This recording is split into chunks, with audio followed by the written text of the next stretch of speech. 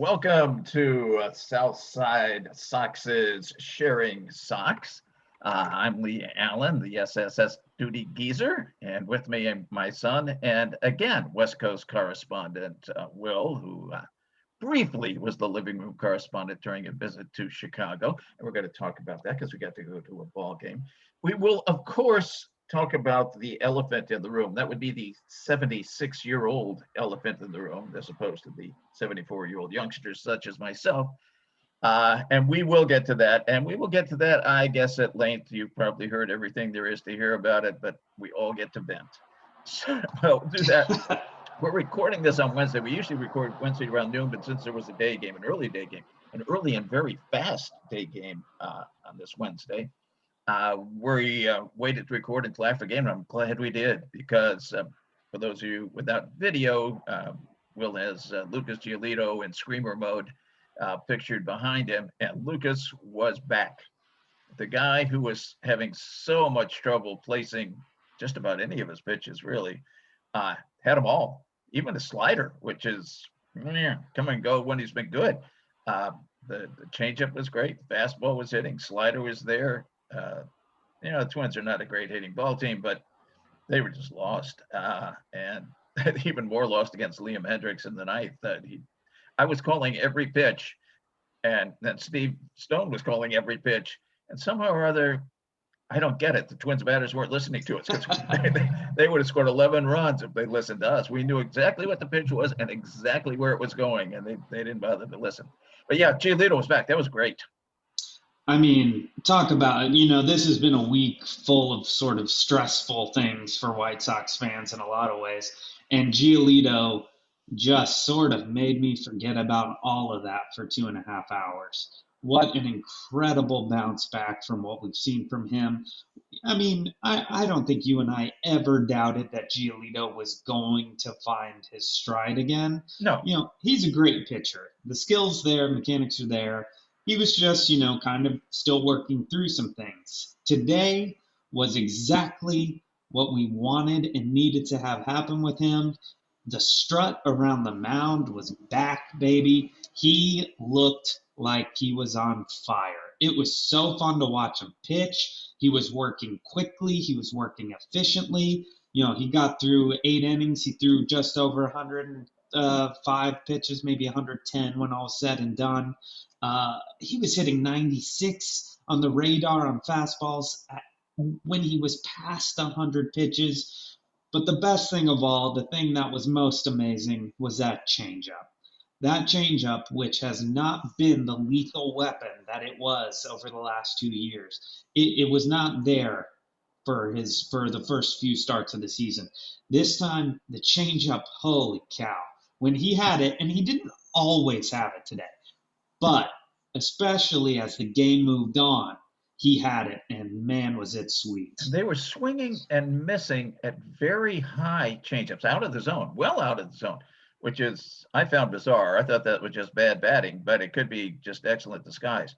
One of the things Stoney kept mentioning during today's game was that Lucas has been working very, very hard on the slider. And the slider was not always effective today, but it was mostly effective. And if he has that as a regular pitch in his arsenal to go with the fastball and the changeup, just smooth sailing. That's as long as he's got command. Absolutely. He's there. He had a slider that he threw to Josh Donaldson that just made him look like a fool. It was probably around the 6th or 7th. It was on the first pitch they batted.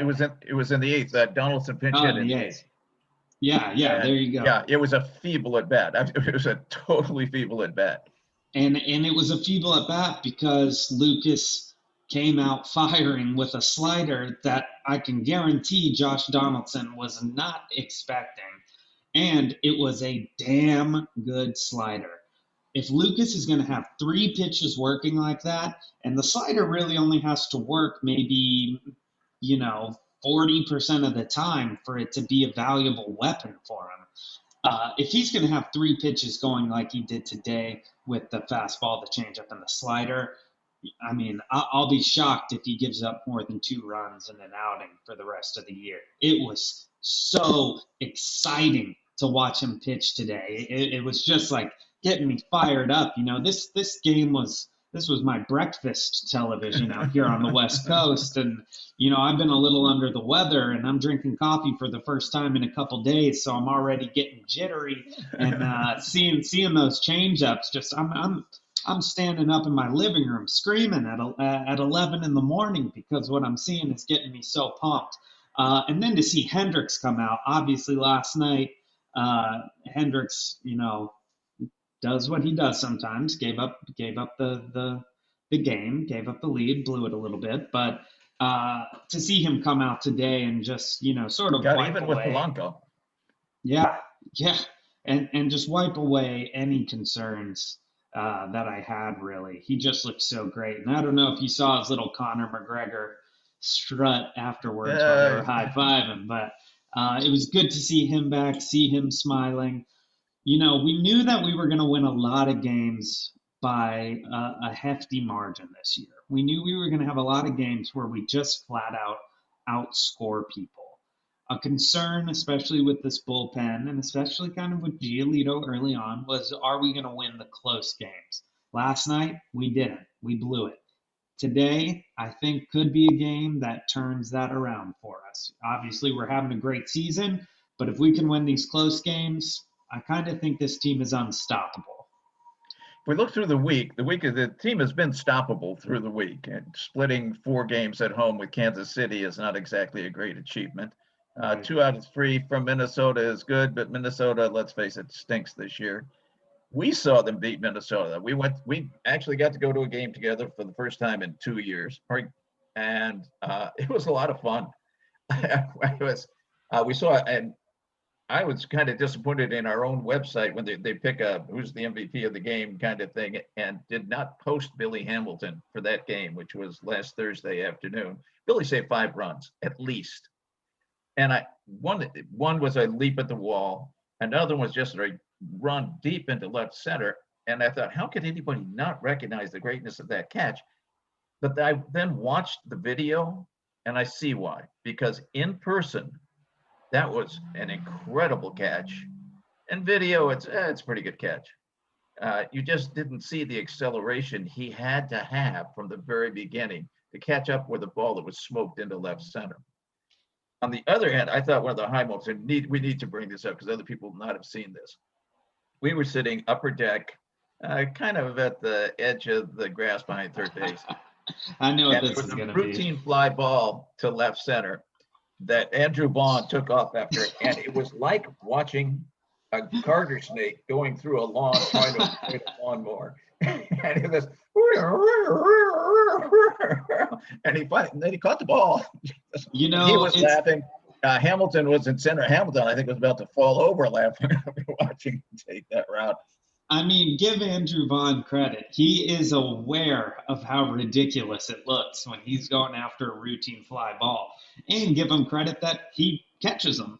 So, yeah. It's one of these things that we can absolutely laugh at because I think that ball was about 15 feet away from him when all was said and done. But, like when a running back actually is cutting back across the field and runs about 75 yards to pick up 3 yards, that's what we were watching en route to that fly ball. And we had the tail end view, so we were watching from behind him as he went toward the left. Truly hysterical. I mean, we're just cracking up. And Hamilton, you cannot underappreciate the speed and the acceleration and the break he gets to the ball. Honestly, if either of those go to the wall, you would not think that the ball was misplayed. You would think, oh, okay, those balls were crushed. Those are doubles. And especially the second one off the bat, I mean, I just said, oh, God, when that thing was hit. It was demolished. And then you look up and somehow he's already there. It's just his instincts toward the ball they're unbelievable. He's slightly better than Andrew's, yeah. He is, yeah, exactly. He is. Well, Andrew gets a good jump. He just jumps the wrong way, or at least. And it was a case in that second one, and I have no reason why any listener would remember back a week, but where Statcast does a probable percentage of it being a hit stat. But there are very big limitations to that stat. And the limitations are exit velocity, launch angle, and distance. It doesn't take into account where an outfielder was and the distance he had to go. It's just a standard. Yes, if the launch angle is 23 degrees and it's 95 miles an hour and goes 360 feet, it's got a 75% chance of being a hit. There are so many other variables that go into the reality that's really a stat that you got to kind of look at and go, okay, nice to know, but kind of thing. Yeah, that stat is definitely oh yeah, so it was a tough ball to get to type thing. It's not one of those stats where you see it and you're like, well, we got to live or die by this thing. Meanwhile, it looks like Jose should be back for the Yankees series that starts on Friday after missing the Minnesota series due to winning a game with a marvelous slide on Sunday afternoon. Yeah. Probably a move he shouldn't have tried, but it worked out real well and won the game. But did it without him. Did not scored 16 runs without him on Monday. But J.A. Happ apparently should not pitch against the White Sox. I think that's fairly well established at this point. Did not score a lot of runs Tuesday and Wednesday. J.A. Happ, it's not rocket science to say J.A. Happ shouldn't be pitching against the White Sox. You're talking Probably about against anyone, but yeah, you're talking about a lefty, and a lefty pretty much just throws meatballs. So it's just, it's candy to these White Sox hitters, the right-handed hitters especially. They see Happ up there, and they're just foaming at the mouth. They're ready to swing at every first pitch. They just know they're going to tear that guy up. We did actually see a really nice start from Shoemaker today. Is that his last name? Yeah, that's his last name. Yeah, he pitched well. Twins pitcher. He pitched a really nice game. It wasn't anything remarkable, but it was a really solid start. And last night, we didn't see great pitching from that guy making his debut, Ober. But he actually showed a little bit of promise as well. He's very young. He's very new to the league. Yeah, guy brought up from the minors for one game, so he hung in there. Exactly. He did his job. Last night's loss was pretty pathetic, but it is really nice having smoked him in the first game and then to not let Giolito down. One big thing we have to do, though, is just score more when Giolito is on the hill. We just don't give him the run support that we need to be giving him. And fortunately today he brought the Giolito that doesn't need run support. But it'd be nice if we could give the guy 4 or 5 runs instead of 2, especially when you're playing a team like the Twins, which really. Well, I thought this week we had that stretch where the starting pitchers, other than Lucas, were absolutely dominant. Was it 30 innings of shutout ball or something? They were not this week. They were adequate. They did fine. Nobody lost the game for us as a starting pitcher. Lost to the point we couldn't recover. But they weren't dominant, really, any of them. Carlos had his first bad game. And Lynn is, he gets out of trouble. Give him credit for getting out of trouble, but boy, he gets in a lot of trouble, and it throws a lot of pitches. Yeah, Lynn's biggest problem is the pitch count.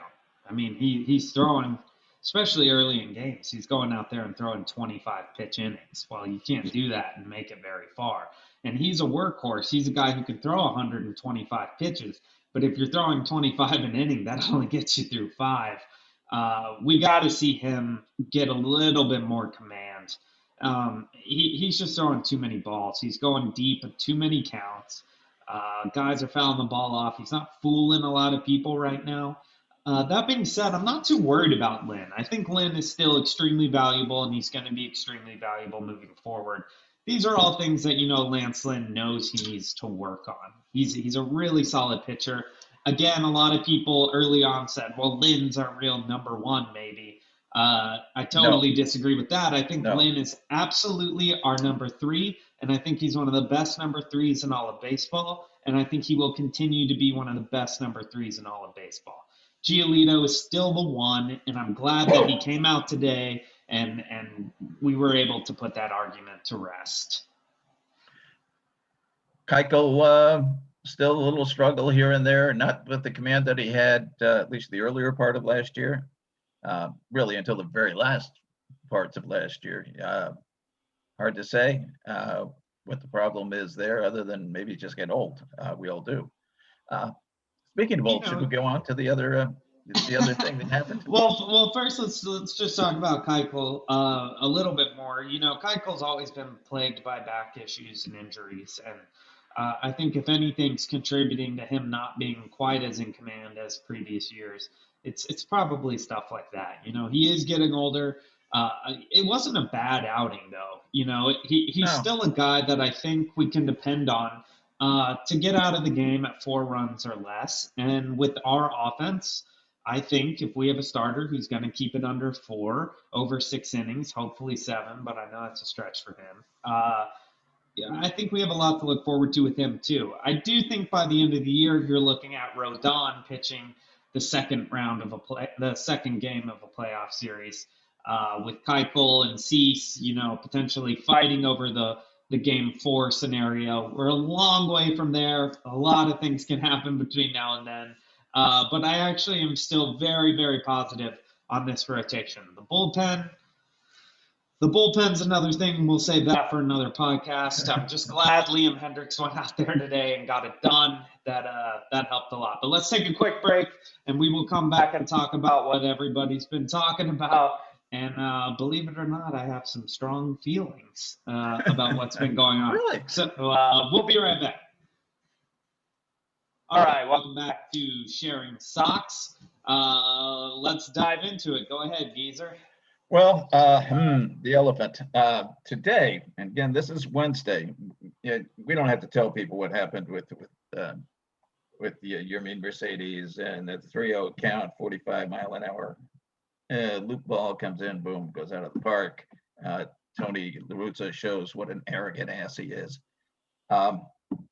Today, he took it even a step further because Lance Lynn, who played for La Russa 10 years ago, he was a rookie for La Russa. You kind of think maybe that's why we even got him. Had done a text where he said, let him play ball. You throw a position player out there. There are no rules. There are no unwritten rules anymore when you throw a position player out there. If you want unwritten rules, throw a pitcher. So then La Russa did his thing today where he went, Lance has a locker, I have an office. He had pulled that crap, and I think it was with Colby Rasmus 15 years ago, because he hated Rasmus. And he did this.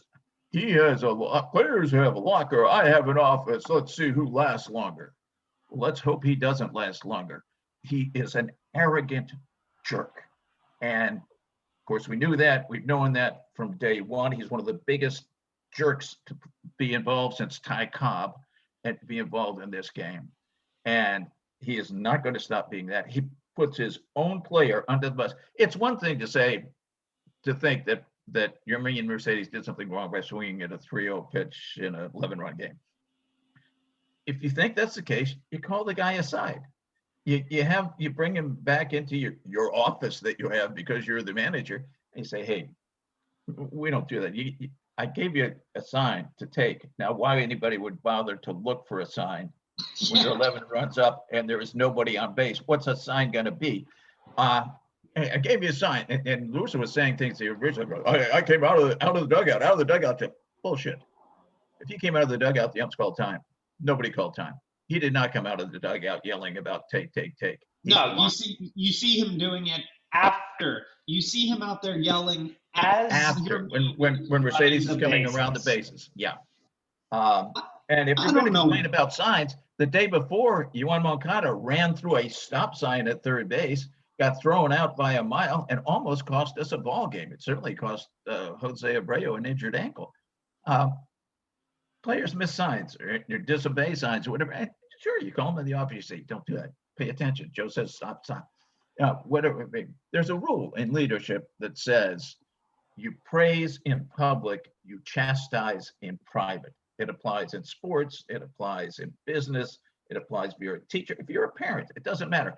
Any category, you praise in public, you chastise in private. He does it exactly the opposite because he's an arrogant jerk and he has to show you how damned important he is. I said way back when they first hired him, and I don't know if you remember this, when we were first doing these casts, that this season is going to be about La Russa. No matter how good the players are and how well they do, the season's going to be about La Russa, and he's damn well going to make it about him is the way it is, I think. Yeah, I mean, there's really only one way to put it at this point, and pardon my language, we don't use a lot of language on this podcast, but Tony La Russa is a bitch.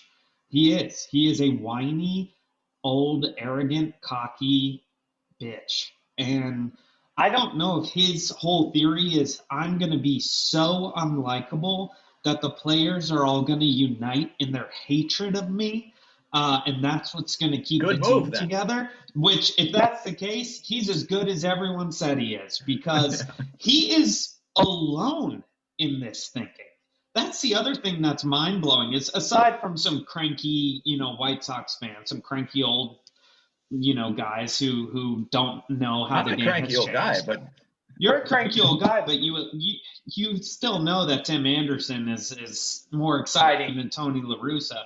There are some Sox fans out there who don't realize that. Those are the only ones siding with him. No one in baseball is siding with him. Any Sports Center people you listen to, any post-game guys you listen to, they're all siding with Yermin and Lance Lynn. The Lance Lynn thing is psychotic. To say he has a locker, I have an office, well, he shouldn't have an office. He's a freaking player, and he's way more important to this team than you. Since when are offices important for a baseball team? It's so delusional.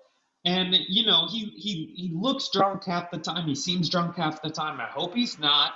I hope he's figuring all that out. I don't want to make that the reason we don't like Tony La Russa, because he's giving us many more reasons. We can talk about the Yermin thing all day. You put a 300-pound catcher on the mound. Who cares? Who cares? Who cares if you win by 12 or if you win by 11? It doesn't matter. What do you want Yermin to do? Do you want him to take a walk so this game lasts even longer? This terrible, garbage, one-sided Little League baseball game we're watching, you want it to last longer? What do you want him to do? You want him to strike out so the whole internet can make fun of him like we did with Freddie Freeman when Rizzo struck him out a couple weeks ago? How come it's fun in games when Freeman strikes out to Rizzo, but when Yermin does the thing that he's paid to do, the only thing he's paid to do since La Russa won't let him catch a game, it's literally the only job Yermin Mercedes has is to hit the ball. That is what's going to get him more money in a couple years. It's what's going to get him more respect. It's what's going to pump up the fan base. And also, La Russa doesn't know this because he knows jack shit about anything. It's really hard to hit a 48-mile-an-hour pitch 420 feet.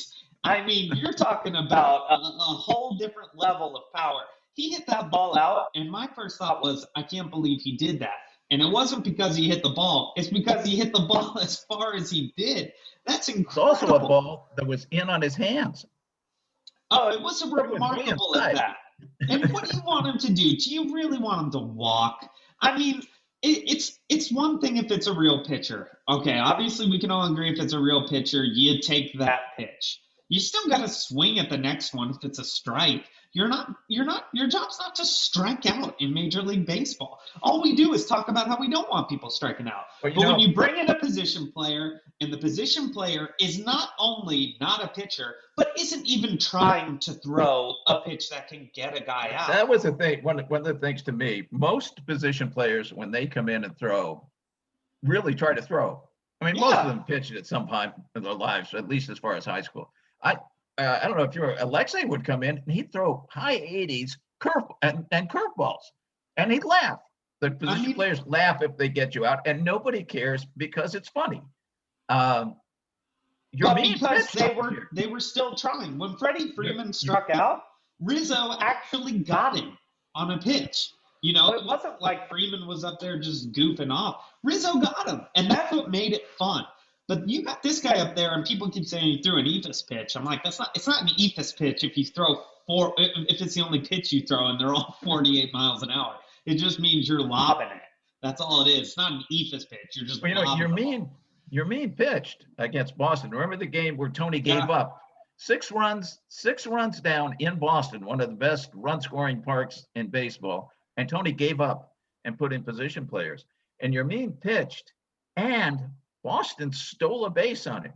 We didn't feel we had to throw at them. If there's an unwritten rule, it's that you don't steal in a blowout game. That one really wasn't a blowout that's game. number one. To me, there's one absolute rule in a blowout game, and that is you don't do anything that could result in injury to another player, which means you don't go sliding hard into second to break up a double play. You don't go crashing into a catcher. There's no reason to do that. That's just nasty. You don't even, you hold at third if you think there could be a play at the plate, just because you do want to prevent that possible injury. If you're up by a ton, you don't need to send the guy rounding, huffing home so that you have a close play at the plate where the catcher can get hurt.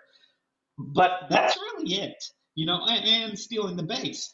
But that's just because of the injury stuff. This whole don't swing at a ball that's it's an insult to the batter to lob a ball like that right over the plate. I mean, who are you protecting? These are millionaires. And do you really think La Tortuga is going home that night going, man, I must not be good at baseball because he really got a good lick on that 48-mile-an-hour heater I threw? No, he doesn't care. What does he care? He acted like he cared, but I think it was because he had an ERA of 0.00 going in because he pitched an inning before, and now it's 4.50, so he's bothered. But he acted like he cared because the ball got crushed off him. You don't want that, but that doesn't mean it wasn't legal. Beyond the fact that he's an arrogant jerk, we get into an incompetent of personnel matters, into La Russa's general incompetence. The very next day, Tuesday's game, tie game, 9th inning, man on first, I believe Moncada. I believe Mercedes on first with 1 out. Adam Eaton to bat against a left-hander. Minnesota cannot replace the left-hander. It's the third batter of the inning. He can't come out. Besides which, they've got nobody warming up. Has to be a left-handed pitcher. Adam Eaton is up. Eaton is 2 for 18 against lefties this year. He's career horrible. He cannot hit left-handers. He can't do it. But he's got Mendick on the bench, who has played 4 games in right field, so we know he can go in. And is coming off a grand slam. Coming off a grand slam the day before. Hits, I looked it up, 238 against right-handers. That's not great, but it beats 111, all the hell. And he lets Eaton stay in to strike out, which could have cost the game. Well, may have cost the game. He's a terrible manager in so many ways. And you talk about, well, they got to know the unwritten rules. He doesn't know the written ones. He didn't know the written one for a man on second in extra innings, and Hendricks was out there. He didn't know the 25 seconds that you have to early in the season, the one to make an appeal. It's pathetic. It's just pathetic. I kept thinking, Rick Hahn has got to be in Minnesota. He's got to have gotten on a plane and gone to Minnesota, not for a public display, but to get Lewis aside and say, knock it the hell off. And he's not. James Fox said that Hahn and Williams were both still in Chicago. That's shameful. Neither one of those has a gram of manhood.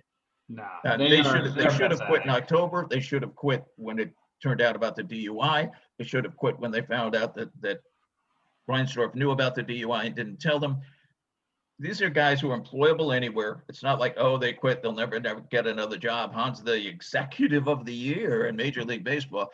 At the time that he should have quit, there were at least 3 or 4 general managers' jobs open, including the Mets. He could have had any of them. I mean, the big issue, aside from La Russa having just an absolutely disgusting character, is the fact that he is also bad at managing baseball now. There's this whole thing for people out there who watch The Office.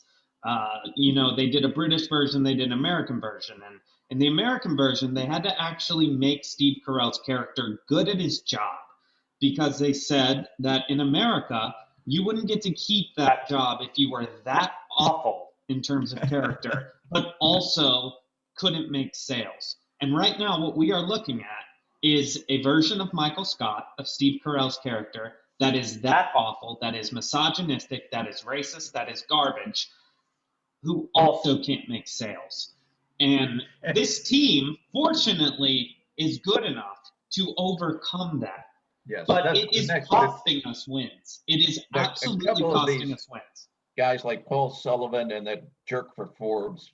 You talk about Oh, stupid that old men. guy's an idiot. They're Who younger cares? than I am, and they're Bill stupid old men. Rogers, idiot. Yeah. Rogers is an idiot for sure. They're defending it. Well, look, the team is in first place, and they're 26-15, and what? Hey, you could manage them to this record. I could do it.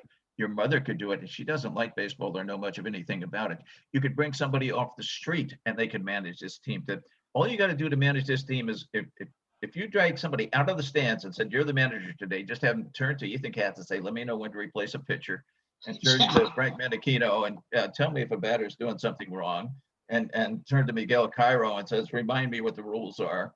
That's all there is to it. And then you turn to Tim Anderson and say, "You do the rest." That's really all it is. You know, when that was all going down, when they were throwing at your mean, Anderson was the one out there fighting for his teammate and saying, "Get that shit out of here." Not La Russa. La Russa said, What's it going? I don't blame cool with it. I don't blame it. I'm cool. Get out of here. And I don't know to what degree Duffy actually intended harm. He threw it kind of behind him. He tried to hit him, but it wasn't really that he wasn't really trying. You know, it was I got to do this. He didn't plead his case at all either. I got a kick out of Baldelli because when I take the Baldelli committed, and Steve Stoney was saying, well, usually the manager gets kicked out. I don't understand. The manager always gets kicked out when the pitcher gets kicked out because obviously somebody had to tell the pitcher to do it. Mike, when I envisioned the conversation, Baldelli didn't even look pissed off. He came out, and what he looked like to me was he was going, "Look, you got to kick me out, really. Yeah. Please kick me out. It's going to look really, really bad if I don't get kicked out with my guy. They're not going to think I have my guys back. Please kick me out. I'm sorry, I'm not going anywhere. I got to keep arguing here until you kick me out." And the ump's going, "Jeez, okay, all right, get out of here." Yeah, you know those umps are sitting there going, "Dude, you have to cuss at least or something because." Yeah.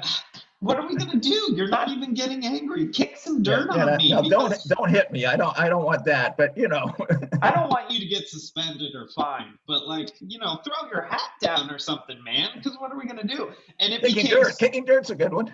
It became so apparent that this was going to go on until he was thrown out. There's no reason he should have been thrown out of the game other than the fact that the ump was sitting there going, "Oh my God, we're never going to go home if we throw the guy out of the game. I mean, this is never going to end. He's going to stay out here all night." And then he gets thrown out, doesn't argue it at all. Watson just leans over to the bench coach and is just like, "You got this, right?" And then goes away and finished watching while playing video games in the dugout. Who cares? It was so ridiculous. I do think that's all the time we have for today. Let's end there. Give us your thoughts on this whole debacle. As Steve Stone said on Twitter, now it's time to just move on from that. But I do think we need to address that La Russa is doing a bad job in all aspects of his job. This is not just about attitude. This is not just about not backing up your team, which is mind-blowing to me. But it's about also making all the wrong decisions as a coach. You can't defend that at the major league level. I don't care how blind you are to new baseball and how these guys go out and play. But the good news is nothing is going to stop these guys. Nothing's going to stop them. The team is so good. No, the team is so good.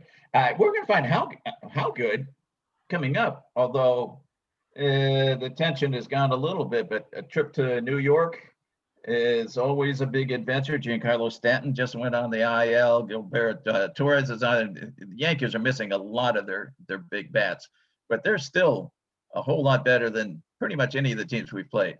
Here's the most exciting thing to look out for. I think this is the marquee thing. Actually, I don't even know. Are we going to get Garrett Cole? I don't even know if we are. Do you know if we're going to face Garrett Cole? don't know if we're facing Cole or not. I didn't check. I should have. All right. Well, if we are, the biggest, most exciting thing in this whole matchup is whether or not he walks Grandal. Because Garrett Cole. You know, we're going to, I won't start it because I wanted to get it. I quickly, I can do this. I figured out the Grandal thing. Besides the thing where he had to walk yesterday, where he had 6 strikes thrown to him, and the umpire called 4 of them balls, which is a fairly typical thing. But more typical, even his pitchers really do walk him, and he's a 130 hitter. And I figured it out. This is going to take more time than it should, but this goes back. Your mom was once at a luncheon where Rick Pitino. Oh my God, we're going back to luncheon. But this days? is important. This is one of the most important things that I ever learned about coaching.